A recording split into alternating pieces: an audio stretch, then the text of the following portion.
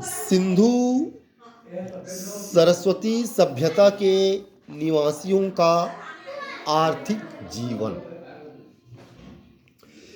इस सभ्यता के निवासी आर्थिक रूप से समृद्ध थे, परिपक्व थे, विकसित थे। कृषि, पशुपालन तथा व्यापार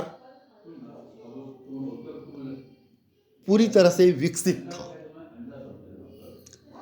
ये उनकी जीविका के प्रमुख साधन थे।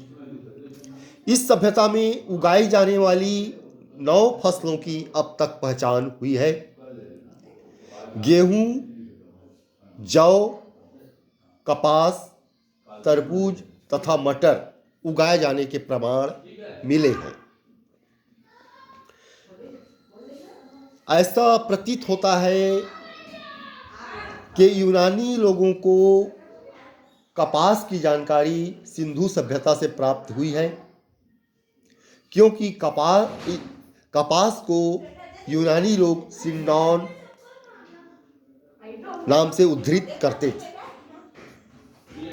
खुदाई से प्राप्त कताई बुनाई के उपकरणों जैसे तकली, सुई आदि से पता चलता है कि कपड़ा बुनना एक प्रमुख इस सभ्यता के निवासियों का उद्योग था।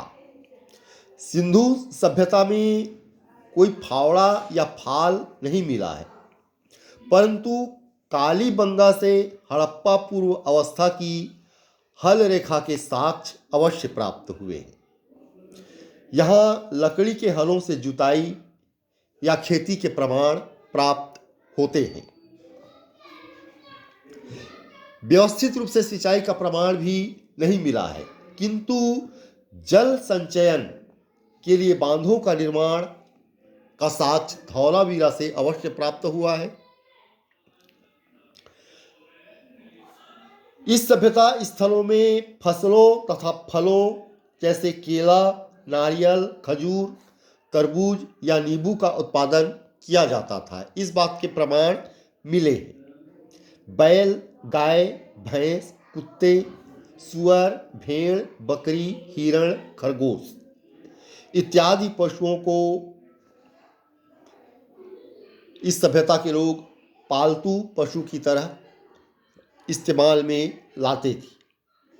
सूरकोटड़ा से अश्व अस्थियों के प्रमाण प्राप्त हुए हैं। लोथल तथा रंगपुर से अश्व की मृद मूर्तियों के साक्ष्य भी मिले हैं, जिससे यह निष्कर्ष निकाला जाता है कि इस सभ्यता के निवासी घोड़ों से परिचित थे।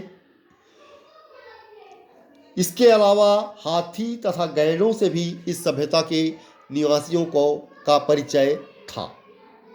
धातु कर्म की जानकारी इस सभ्यता के निवासियों को थी। तांबा तथा टीन के मिश्रण से कांस्य निर्माण की प्रविधि उन्हें ज्ञात थी।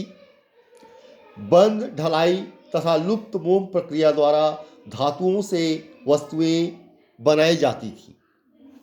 मोहरों पर चित्रित जहाजों के डिजाइन मिले हैं। लोथल से गोदीवाड़ा का साक्ष्य तथा फारस की मोहरें बाह्य व्यापार का संकेत देती हैं।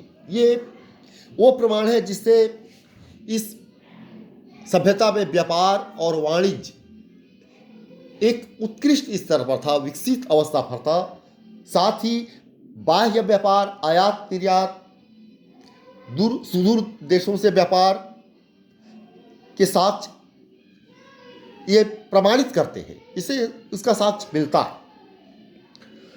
लोथल से पश्चिमी एशिया के साथ व्यापारिक संबंधों के साक्ष्य भी मिलते हैं। कालीबंगा से मेसोपोटामिया की बेलनाकार मुहरें भी प्राप्त हुई हैं। अधिकांश मुहरें सेल खड़ी की बनी थी। इस सभ्यता के लोग आंतरिक तथा बाह्य व्यापार में संलग्न थे। संभवतः आंतरिक व्यापार बैलगाड़ी के माध्यम से संचालित होता था। हड़प्पा सभ्यता स्थलों में व्यापार के लिए किसी प्रकार के सिक्कों का साक्ष्य प्राप्त नहीं हुआ है। व्यापार के लिए वस्तु विनिमय प्रणाली हो सकता है। वस्तु विनिमय प्रणाली अपनाई जाती रही होगी, लेकिन आंतरिक व्यापार, बाह्य व्यापार, सुदूर देशों के साथ व्यापार के प्रमाण अवश्य मिले हैं, किंतु ऐसे कुछ सिक्के नहीं मिले हैं जिससे ये कहा जा सके कि वे वस्तु विनिमय के लिए सिक्कों का प्रयोग करते थे। हो सकता है वस्तु विनिमय प्रणाली के द्वारा व्यापार संपन्न होता रहा होगा।